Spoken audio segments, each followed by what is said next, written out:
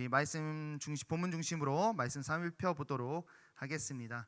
우리 보통 신앙생활 하실 때 흔한 패턴이 있습니다. 전부 다 이 패턴에 속하진 않겠지만 보통 이런 패턴에서 신앙생활을 하게 됩니다. 먼저는 하나님의 은혜로 시작합니다. 그래서 하나님을 향한 결단을 하게 되고, 그렇게 하나님의 뜻과 말씀 안에 설 때 삶의 만족도 누리고 복을 누리게 됩니다. 그런데 이렇게 형통함이 이제 지속되다 보면 하나님이 점점 잊혀지기 시작합니다. 그래서 하나님 붙들고 했던 모습에서 점점 세상을 경영하는 일에 마음이 커져가기 시작합니다. 그리고 하나님을 떠나 삶에서 어려움에 봉착하게 됩니다. 그때 또 다시 세상에 이런저런 도움 찾다가 어디로 도움을 청해도 안 되니까 끝내 하나님께 엎드려서 회개하고 다시 하나님의 도움의 손을 마주하게 됩니다. 보통 우리는 이러한 패턴을 이렇게 신앙적으로 돌면서 하나님을 만났다, 또는 나 시험 들었다, 나 하나님이 구원하셨다, 나 말씀을 통해 회개했다 하는 이런 여러 가지 신앙의 경험들과 고백을 하게 됩니다. 하나님께서는 그런데 이런 저희의 어떤 반복되고 못난 패턴 속에 찾아오십니다. 찾아오셔서 우리가 하나님 떠날 때마다 계속해서 구원하셔서 저희를 하나님의 장성한 모습으로 길러 가시지요. 그런데 이런 패턴 속을 항상 돌아다니면서 저희는 언제까지 이렇게 쳇바퀴 돌 수만은 없습니다. 저희는 햄스터가 아니기 때문에 쳇바퀴를 도는 게 아니라 한 목적을 향해 걸어가야 하겠지요. 또한 하나님의 뜻도 우리를 계속 이렇게 돌리는 게 아니라 이 패턴을 반복하면서 완성시키기를 원하시기 때문이죠. 그러면 하나님은 어떤 모습으로 우리를 완성시키기 원하시냐면, 어떠한 상황에 관계없이 하나님을 향하여 계속 서 있는 백성을 원하십니다. 우리가 하나님이 필요할 때든 하나님이 전혀 필요 없는 상태든 하나님을 향해 서 있는 백성을 만드시기 위해서 하나님은 형통에 거하기도 하시고 때로는 환난에 넣기도 하시고, 그렇게 내가 자랑도 했다가 그 자랑한 걸로 무너져서 다시 박살났다가 이렇게 하면서 하나님을 향한 모습으로 만들어 가시지요. 이 신앙에 조금 어떻게 보면 전형적인 패턴이 가장 두드러지는 곳이 바로 사사기입니다. 지금 사사기의 배경은 약속의 땅, 가나안 땅에 이스라엘이 이제 들어가게 되었습니다. 그곳은 적과 꿀이 흐를 정도로 굉장히 비옥한 도시였습니다. 그런데 출애굽의 고생과 또 광야의 고생하고 이제 들어가니까 너무 풍요로워졌죠. 풍요로워지다 보니까 하나님만 믿던 신앙에서 그 지역에 풍요를 가져다주는 많은 신들을 섬기게 됩니다. 그렇게 섬기니까 하나님이 내 백성이니까 돌려놔야 되니까 이방국들을 통해서 이스라엘을 공격하기 시작합니다. 그럼 이스라엘은 이제 얻어맞고 하나님께 회개합니다. 그러면 하나님께서 사사를 한 명 보내서 이스라엘을 구원하십니다. 그것이 이 사사기에서 사사들을 통해서 계속 반복되는 패턴입니다. 그런데 이 패턴 속에서도 이스라엘은 끝내 온전한 회복을 하지 못했고, 사사기 마지막에 보면 각기 소견에 오른 대로 살았더라 나와 있습니다. 그리고 그 이유를 알려주는데 그때에 이스라엘의 왕이 없음으로 나와 있죠. 이스라엘의 왕은 하나님이셨습니다. 그런데 여기서 왕이 없다는 게 뭐냐면 이스라엘 백성이 하나님을 왕으로 인정하지 않는, 그러니까 왕 대신 하나님과 완전히 관계가 끊어진 모습이 되었음을 사사기 말은 성경에서 보여주고 있습니다. 오늘 많은 사사들이 사사기를 통해 지나가는데요, 이 패턴 속에서 기드온이라는 좀 유명한 사사죠. 이 기드온을 통해 구원하시는 이야기가 오늘 말씀의 내용입니다. 쳇바퀴 돌듯이 계속 하나님을 떠나는 이스라엘에게 하나님은 어떤 분위기를 원하시는지 오늘 말씀을 통해 살펴보고, 또 하나님께서 계속 도는 이 사슬을 끊기 위해서 백성들에게 요청하는 모습이 나와 있습니다. 특별히 미디안 연합군과 전쟁 준비 중인 오늘 본문인데요, 이 속에서 하나님이 백성들에게 원하는 모습을 살펴서 계속 반복되는 신앙이 아니라 하나님을 향해 전진하는 우리가 될 수 있기를 소망합니다. 그래서 우리 1절부터 계속 볼 텐데, 1절에 보면 여룻바알이라 하는 기드온과 그를 따르는 모든 백성이 일찍이 일어나 하룻샘 곁에 진을 쳤고 이렇게 나와 있습니다. 자, 기드온을 설명하는데 별명이 하나 붙었습니다. 바로 여룻바알이라는 별명입니다. 이 별명은 이 7장 보고 있는데 6장의 어떠한 사건 때문에 여룻바알이라는 별명이 붙게 되었는데 한번 알아볼게요. 자, 사사시대는 각기 소견에 옳은 대로 살았습니다. 그래서 가나안의 그 풍요한 땅에 들어가자 그때의 가나안에 차지하고 있던 민족들이 섬기던 많은 신들이 있었습니다. 그 땅에 풍요를 가져다 줬다고 여겨지는 신들이죠. 그래서 이스라엘은 그 땅에 들어가서 우리를 구원하신, 특별히 전쟁에 능하신 하나님의 모습을 많이 보여줬잖아요. 그런 전쟁에 능한 하나님을 섬기면서도 한편으로 또한 다른 신을 겸하여 섬겼습니다. 출산을 가능하게 하는 신을 섬기고, 비를 관장하는 신을 섬기고, 태양의 신을 섬기고, 추수하는 신을 섬기고, 가나안의 여러 잡신들과 하나님을 동시에 섬기는 일이 일어났습니다. 그러면서 아마 이스라엘은 이렇게 생각했을 것 같아요. 하나님 하나만 있었는데 나 이제 신이 굉장히 많아졌다라고 하면서 아마 좋아했을 것도 같습니다. 이런 어지러져 버린 신관, 그러니까 신이라는 하나님만 있어야 되는 자리에 많은 신들을 갖다 올려놓는 이런 상황을 보시면서 하나님은 기드온을 부르시고 정화를 하기 시작하십니다. 특별히 기드온은 여러분 용사라고 표현하지만 굉장히 겁쟁입니다. 그래서 6장에 불렀는데 얼마나 거절하는지 몰라요. 표적을 보여달라 그러고. 그래서 겨우 이제 기드온을 설득하신 후에 첫 번째 하시는 작업이 바로 6장에 나타나 있는데 기드온이 여룻바알이라는 별명을 가지게 된 이유입니다. 우리 6장 32절을 먼저 함께 읽도록 하겠습니다. 시작. 그날에 기드온을 여룻바알이라 불렀으니 이는 그가 바알의 제단을 파괴하였으므로 바알이 그와 더불어 다툴 것이라 함이었더라. 아멘. 하나님이 기드온을 설득하시고 명령하세요. 바로 너희 아버지 집에 있는 바알 제단과 그 곁에 있는 아세라상을 파괴하라라고 명합니다. 기드온이 자신의 종들을 데리고 이제 쫄보라고 했잖아요. 그래서 밤에 몰래 가서 이 바알 신상을 부시게 됩니다. 그러니까 사람들이 이제 기드온을 추궁하고 이제 죽이려고 하기 시작합니다. 왜냐하면 바알과 아세라가 우리에게 주고 있었던 유익이 사라질까봐, 혹은 바알과 아세라를 쳐부셨기 때문에 우리에게 노하여 벌을 내릴까봐. 그러니까 한마디로 바알과 아세라를 하나님과 동등한, 실존하고 영향력을 끼치는 신이라고 믿고 있었던 그들의 모습이 드러나죠. 그래서 기드온을 죽이려고 하는데 아버지가 나와서 이렇게 합니다. 야, 만약에 바알이 신이라면 내 아들이 그 신 때려 부셨으니까 그 신이 알아서 칠 거다, 이러면서 중재를 하게 됩니다. 하지만 바알은 기드온을 무너뜨릴 수가 없었죠. 그리고 끝내 하나님 편에서 바알과 싸워 승리한 그림을 이 기드온이 얻게 됩니다.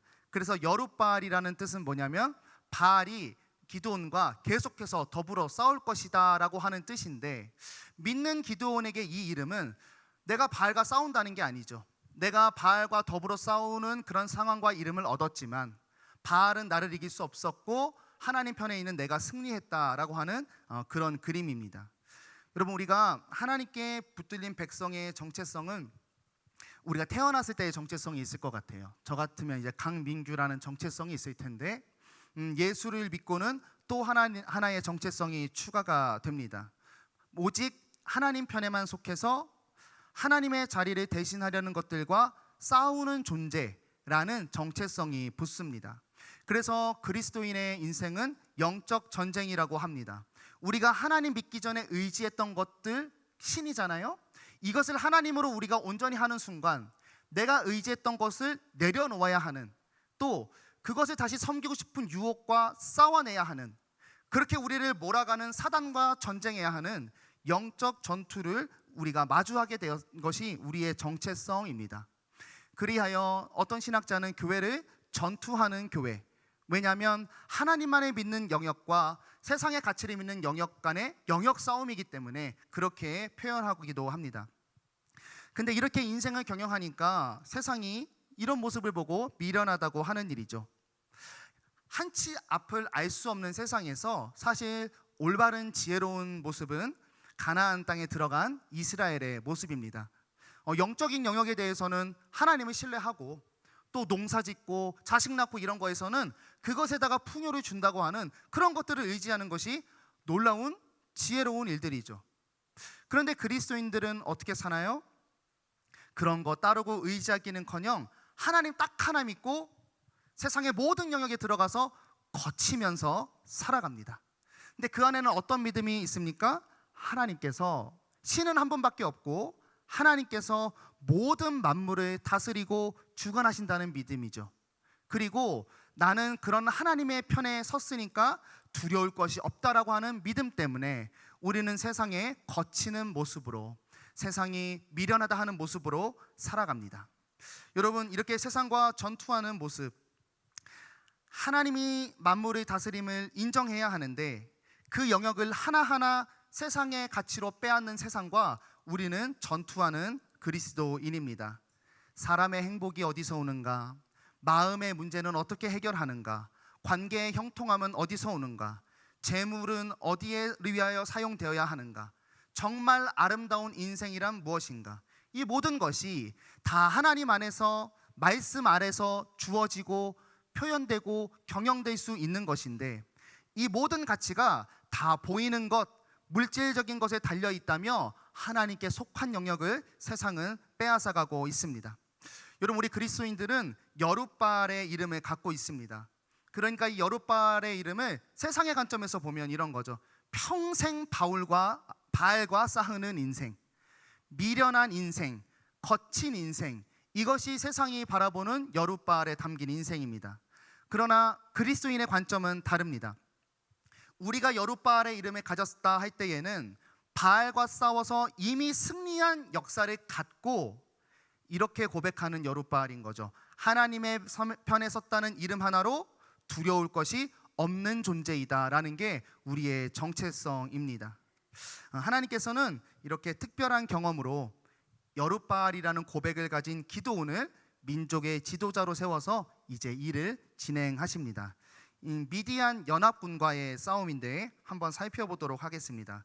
우리 7장 2절에서 8절 보시면 여러분들이 잘 아시는 내용입니다. 하나님께서 이스라엘의 군사의 수를 줄이는 장면이죠. 미디안 연합군은 13만 2천 명이었습니다. 그런데 이제 기드온이 우리 전쟁하자 하고 군사를 모았을 때에는 3만 2천 명이었습니다. 뒤에 공 다 떼면 132대 32명의 싸움이었죠.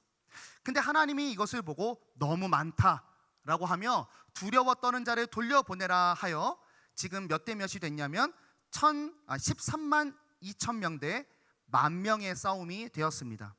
또 공을 다 떼보면 132명 대 10명의 싸움이 되었습니다. 정말 말이 안 되는 숫자이죠.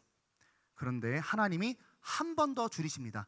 아직도 많다라고 해서 13만 2천 대 300명의 싸움을 만듭니다. 이거 나누게 해보니까 한 명당 440명을 무찔러야 하는 전투입니다. 하나님이 이 두 번의 거르는 작업을 하실 때 기준을 두셨어요. 두려워 떠는 자를 이렇게 하지 말라 그랬고, 엎드려 물 마신 자를 보내라, 뭐 이런 내용들을 했는데, 뭐 이런 하나하나가 의미가 있을 수는 있겠지만 중요한 건 뭐냐면 하나님께서 소수로 줄였다라고 하는 것이고, 그렇기 때문에 우리는 무슨 기준으로 줄였나 보다는 하나님이 왜 줄였냐, 그 이유와 목적을 아는 게 더 중요하겠죠. 그리고 그 이유와 목적이 명확하게 나와 있습니다. 우리 7장 2절의 말씀을 함께 읽도록 하겠습니다. 시작. 여호와께서 기드온에게 이르시되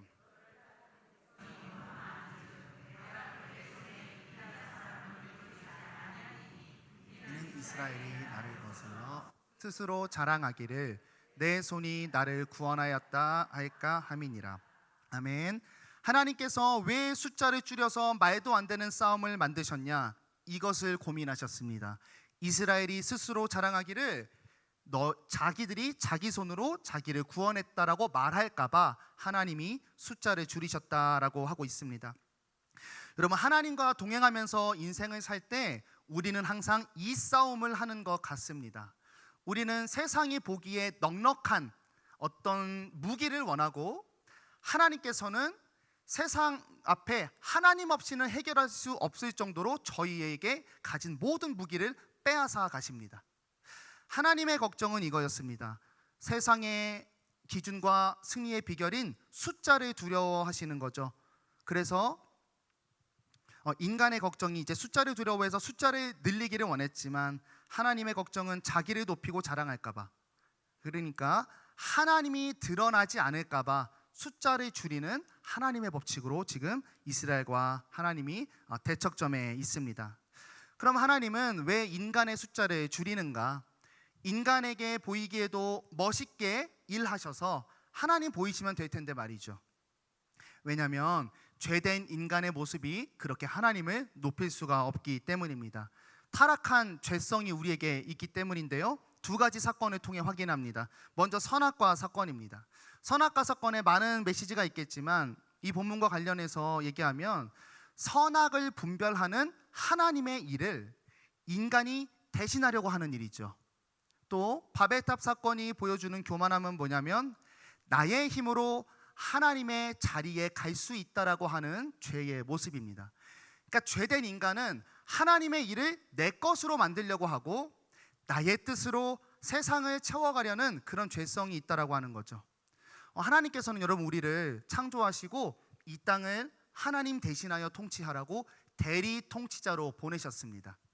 그런데 그 대리 통치자의 원래 역할은 하나님의 명령대로 통치해서 이 땅이 하나님의 법으로 돌아가게 하고 그것을 통해 만물이 그렇게 운영하시는 하나님을 찬양하는, 하나님께 돌려드리는 게 대리 통치자의 역할이었어요. 근데 죄로 인해서 우리가 왜곡된 대리 통치자가 되었습니다. 나를 통한 하나님의 일을 갖고 하나님이 아니라 내가 했다라고 하는 그 마음이 계속 솟아나는 것이 우리 인간입니다. 그리고 나의 인생과 나에게 주어진 사업장과 관계와 모든 상황을 마주할 때 나의 뜻으로 그것을 채워가려는 죄성이 우리에게 남아 있습니다. 그래서 하나님이 방법을 사용하십니다. 그게 뭐냐면 오늘 본문의 방법이죠. 힘을 빼게 만드는 방법입니다. 하나님밖에 안 되는 상황을 만들어 버리십니다. 그래서 두 가지를 하고 싶으신 거죠. 개인을 향해서는 이런 거죠. 내가 어떻게 해도 할 수 없는 상황 속에 이 일이 풀려가는 걸 보며 하나님이 하셨습니다. 하나님을 개인이 향하게 하시고, 두 번째, 이 개인을 통한 일을 통한 결과를 만물이 보고 이거는 누가 봐도 하나님이 하셨다. 우리 하나님에 따르는 개인과 나를 둘러싼 모든 상황들과 만물을 향해서 하나님을 드러내시고자 우리를 낮추시는 하나님의 모습을 확인할 수가 있습니다. 여러분, 그래서 우리가 신앙생활을 하다 보면 올바른 하나님의 방법으로 가고 있어도 때에 따라서 그의 백성의 힘을 빼시곤 하십니다. 그런데 하나님이 그렇게 우리의 형편과 처지를 빼앗아 가실 때 이 하나님의 진짜 의도를 모르거나 잊어버리는 경우가 너무 많습니다. 왜냐하면 하나님이 왜 뺏었는지 보다 뺏겨져 버린 내 상황이 먼저 눈에 들어오니까 하나님으로 해석하기가 굉장히 어렵습니다. 내 것을 빼앗가시는 하나님 앞에 이렇게 합니다. 하나님, 내가 하나님 믿었는데 왜 나를 이렇게 만드시나요? 불평하거나 더 심하게는 하나님 믿고 이렇게 된 내 삶을 보니까 하나님 없나 보다. 하나님의 존재를 의심하는 방향까지 나아갑니다. 하지만 우리가 성경을 믿는다면, 특별히 구약에 진하게 나타나는 하나님이 무엇입니까? 아무리 배반해도 절대로 반드시 끝내 구원하시는 하나님이죠. 또 신약에 나타나는 하나님은 누구시죠? 예수 그리스도로 성육신하셔서 보내신 하나님이에요. 죽기까지 하시면서 사랑으로 포기하지 않으시는 하나님입니다. 만약에 우리가 이 하나님을 알고 믿는다면 나를 낮추시는 상황 속에서 이런 성숙한 실력을 가진 신앙 고백할 수가 있습니다. 어떤 고백이냐면 신실하고 죽기까지 포기 않으시는 사랑의 하나님께서 나를 둘러싼 이 문제를 반드시 해결하실 텐데, 여기까지 고백이에요. 그런데 내 상황이 계속 이렇게 망가져가고 나에게 빼앗기는 걸 보니까 이렇게 해석할 수 있는 거죠. 첫 번째, 나에게 아직도 얼마나 큰 교만함이 있길래 이렇게 나를 낮추실까?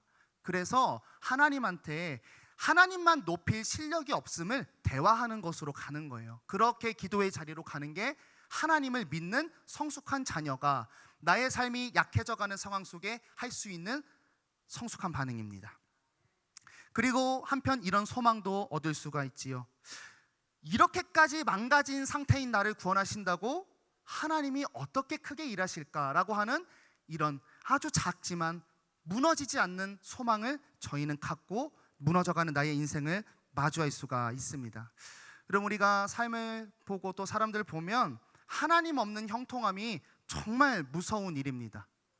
죄된 곳에 있는데 하나님 없이 계속 형통하면 여러분 돌아올 방법이 없습니다.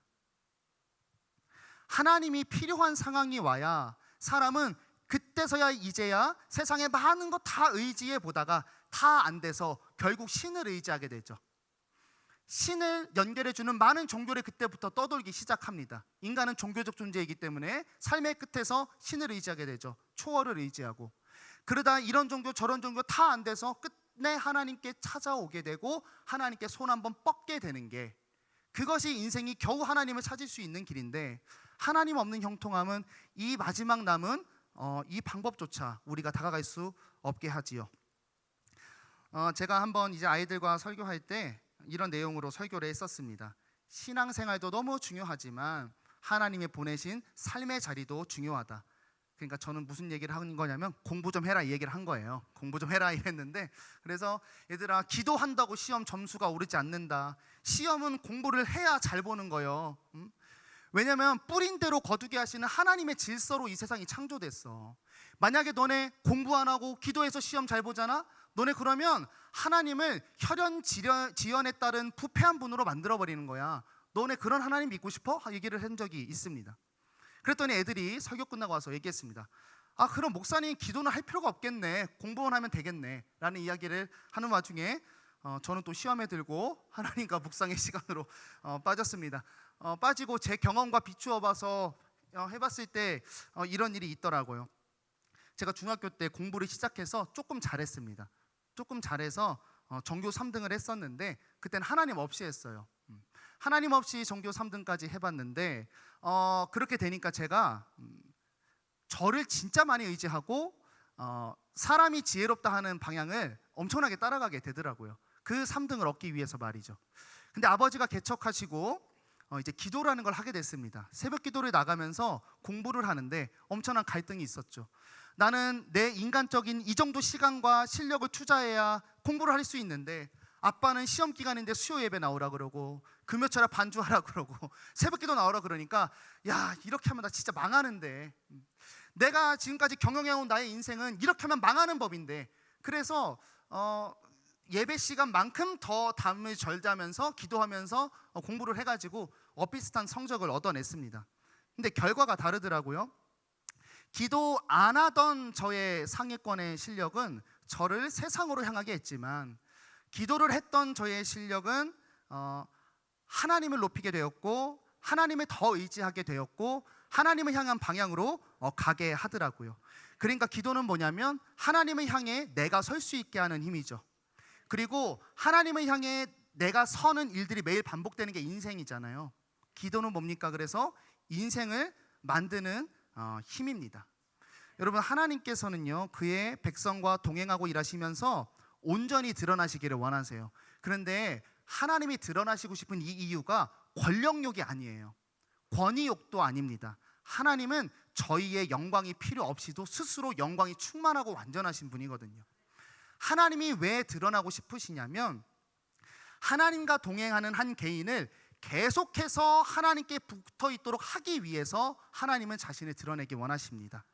또한 그런 하나님을 경험하는 세상을 향해서 내가 살아있다, 내가 세상을 경영하고 있다, 나를 인정하지 않는 무리들아 나에게 돌아오너라, 세상을 구원하기 위해서 하나님을 드러내십니다. 그래서 하나님이 우리를 가끔 낮추시는 거예요. 마치 바울의 고백과 같습니다. 내가 약한 그때에 가장 강함이라 바울이 고백했죠. 왜냐하면 자신의 약함이 있었기 때문에 하나님께 간구하고 내 실력 매달리지 않고 하나님께 의지하며 질질이 끌려갔을 때, 질질이 끌려가는 내 모습을 통해서도 복음이 완만하게 전파되는 것을 보면서 내가 약한 그때의 강함이라, 이런 깨달음도 있었겠죠. 내 실력으로 했으면 하나님이 일하시는 이 정도의 실력 안 나왔을 거다. 그리고 그 끝에 가서 이렇게 고백합니다. 내게 능력 주시는 자 안에서 내가 모든 것을 할 수 있느니라. 기도하면 다 된다는 얘기가 아니에요. 내가 지질이 끌려다니는 이 모습 속에서도 하나님 믿고 있었을 때, 나는 아무것도 한 게 없는데 내게 능력 주시는 하나님으로 인해서 복음이 전파되더라는 거예요. 그래서 내게 능력 주시는 자 안에서 모든 것이 가능하다라는 고백을 바울이 하게 됩니다.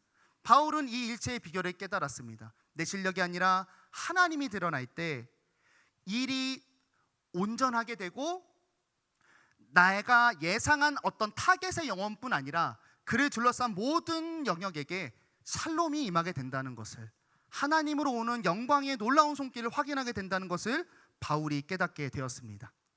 이 이야기를 뒤집으면 한편 이런 메시지도 있습니다.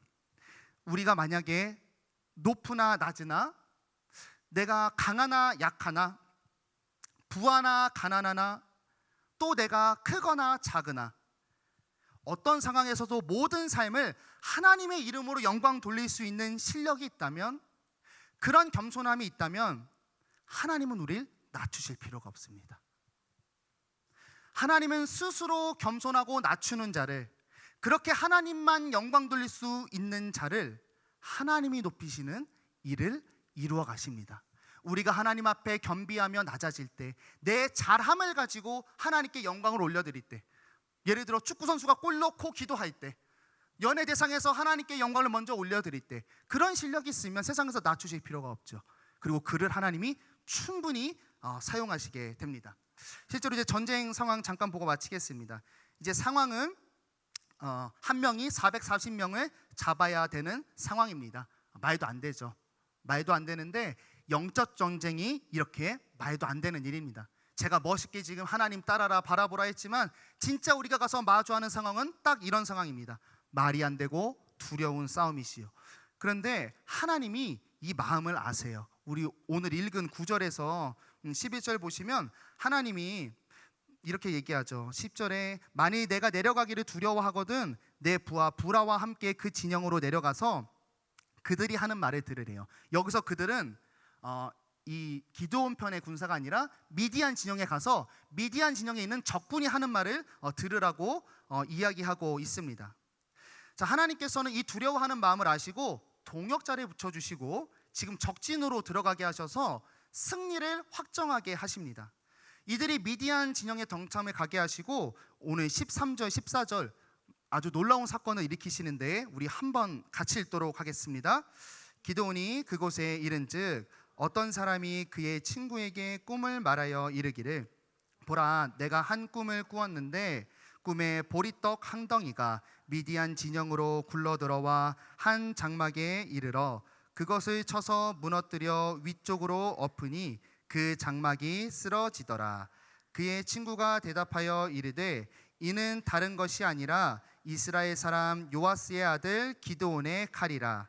하나님이 미디안과 그 모든 진영을 그의 손에 넘겨주셨느니라 하더라. 아멘. 놀라운 일이죠. 하나님이 기드온에게만 일하신 게 아닙니다. 이스라엘에만 일하신 게 아니라 적군에게 꿈으로 역사하셨어요. 그래서 자신들이 망하는 꿈을 꾸게 하시고 기드온이 그 원수들에게 그 소리를 듣고 승기를 잡게 됩니다. 그리고 실제로 이거 뒤에 300명이 둘러싸고 막 소리 지르면서 항아리 깨거든요. 이 미디안 사람들이 이 꿈을 들었기 때문에 300명이 이것을 쳤을 때에 엄청난 대군이 우리를 둘러싸고 있구나라고 해석을 하게 되면서 두려워 떨면서 패배하는 것을 봅니다. 여러분, 우리가 하나님이 우리 통해 일한다고 했을 때 두려움과 무거움이 있어요. 그건 뭐냐면 이런 겁니다. 나를 통해 일하신다고 했을 때 나에게만 일해서 나만을 움직이게 하셔서 내가 만약에 하나님의 뜻을 따르지 않으면 일이 잘못될까 봐 우리는 두렵고 부담스럽고 용기가 없고 무겁습니다. 왜냐하면 하나님의 일하심이 전적으로 나에게 책임이 있는 것 같아서 우리는 낙담하고 무너지지요. 그런데 그렇지가 않습니다. 하나님의 일하심은 매여 있지가 않습니다. 나를 통해 일하시려고 할 때 그 범위는 나를 둘러싼 모든 것이고, 내가 모르는 영역까지, 심지어 나의 원수에게까지 일하고 계시면서 하나님은 일을 진행하고 계시다는 거예요. 그리고 두려워 떠는 우리를 아시고 우리가 결정하고 나아갈 수 있을 때까지 우리를 둘러싼 모든 영역으로 합력하여 선을 이루어 계십니다. 하나님은 하나님 딸의 의지와 깨달음 넣으시고 결정하기까지 도우신다는 거예요. 그런데 그 일을 천천히 열어주십니다. 너 지금 하나님 미디안에게 들어가, 내가 승리할 거야, 확 보여주지 않고 조금씩 열어주세요. 이거는 중요한 이유가 있습니다. 뭐냐면 우리가 그 조금씩 열어주시는 하나님을 보고 내 자유로운 의지로 택할 수 있게 실력을 길러주는 거예요. 엄마가 밥 먹여주고 옷 입혀주면 애 돈 안 법니다. 용돈 주면서 천천히 길러갈 때 애가 돈 벌 실력이 생기는 것처럼, 하나님은 내 주변을 통해 서서히 열어가시면서 내가 하나님을 택할 수 있는, 또 하나님 때문에 억지로 하는 게 아니라 내 자유의지로 마음껏 하나님을 따를 수 있는 실력을 길러가십니다. 여러분, 우리 영적 전쟁을 많이 들어가실 텐데 우리가 해야 될 일은 뭐냐면 그 두려움 속에서 더듬이를 세우고 있어야 됩니다. 먼저 말씀에 매여서 영적인 분별력을 가지시고, 그 다음에 기도로 깨어서 영적인 민감성을 가져야 합니다. 말씀으로 그것을 기도로 하나님께 아뢰면서 세상을 갈 때 나를 앞으로 마주하는 모든 일거수일투족에 하나님이 어떤 사인을 주실까, 그것을 캐치할 수 있는 성령 하나님, 영적인 민감성을 달라고 우리가 기도해야 합니다. 그러면 발견하게 되죠. 하나님이 나를 둘러싼 모든 곳으로 일을 행하고 계신다. 기도원이 이제 깨닫죠. 하나님께서 나를 부르셨고 적군에 들어가서 완전히 깨닫습니다. 하나님께서 이 일을 위해 나를 보내셨고, 왜냐하면 이 꿈꾼 애들이 완벽하게 고백을 합니다. 이것은 다른 것이 아니라 이스라엘 사람 요아스의 아들 기드온의 칼이라. 자신의 이름을 적군에게 듣게 해요. 그래서 하나님이 이 일을 위해 나를 보냈다. 하나님이 이 일을 하게 나를 도우신다. 그래서 마지막에 읽고 마치겠습니다. 기드온이 이렇게 하나님의 모든 것을 깨닫고 17절을 고백합니다. 저희 함께 읽도록 하겠습니다. 그들에게 이르되 너희는 나만 보고 내가 하는 대로 행하되.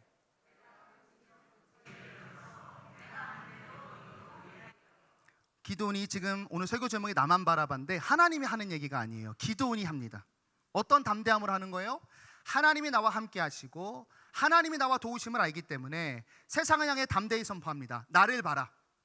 하나님이 일하고 있는 나를 봐라. 하나님이 나와 함께 하시고 여러분도 나와 같은 이 반열에 오르고 그분을 향한다면 여러분도 승리할 수 있습니다. 나만 바라봐라고 세상에 담대하게 외치는 기드온의 모습을 봅니다. 여러분, 말씀을 마치겠습니다. 저희도 기드온과 같지요. 가나안 땅에 들어간 이스라엘의 모습과 같습니다. 하나님의 백성으로서 보내어진 땅에서 하나님으로 사는 나라를 세우는 사명을 가진 게 저희입니다. 그런데 보내진 이 땅의 삶 속에서 하나님이 자꾸 잊혀집니다. 오히려 이 땅의 권세를 잡고 있는 돈과 명예와 또 물질과 많은 지혜자들에게 시선을 뺏기고 하나님을 의지하기보다 그 의지할 나의 의자에 다른 것을 앉혀갈 수밖에 없는 연약함을 가진 것이 저희입니다. 그래서 형통하게 되면 하나님을 잠시 뒤편에 모셔놓고 그렇게 내가 의자에 올려놓은 세상의 지혜를 따라 삶을 경영하게 됩니다. 그리고 실패를 맛보게 되지요. 이런 죄된 패턴을 극복할 결단은 무엇이냐면 세상을 의지하려는 마음, 그래서 나의 지혜로 내 인생을 채워가려는 게 아니라 하나님만이 내 삶의 구원임을 고백하며 나의 힘을 빼고 하나님만 바라고 따르는, 전적으로 하나님을 의지하며 그분을 높이고자 하는 우리의 결단과 고백이 이 죄의 사슬을 끊을 수 있는 유일한 방법입니다. 우리가 지금까지 우리의 인생을 통해 우리를 높여준 부분이 있을 거예요. 그것으로 하나님을 노래하십시오. 내 일이 잘 돼 갈수록 그것이 하나님으로부터 왔다고 하나님을 찬양하십시오. 그러면 하나님은 우리의 잘됨을 더욱더 형통하게 하셔서 하나님의 이름을 높이시기 위해 그의 이름을 걸고 우리를 형통하게 이끄실 것입니다. 우리 하나님을 향한 겸손함을 통해 하나님이 마음껏 드러나시는 인생을 사모함으로써 우리를 둘러싼 모든 영역에 하나님께서 충만히 일하시는 인생 될 수 있기를 예수님의 이름으로 축원드립니다. 기도하겠습니다. 하나님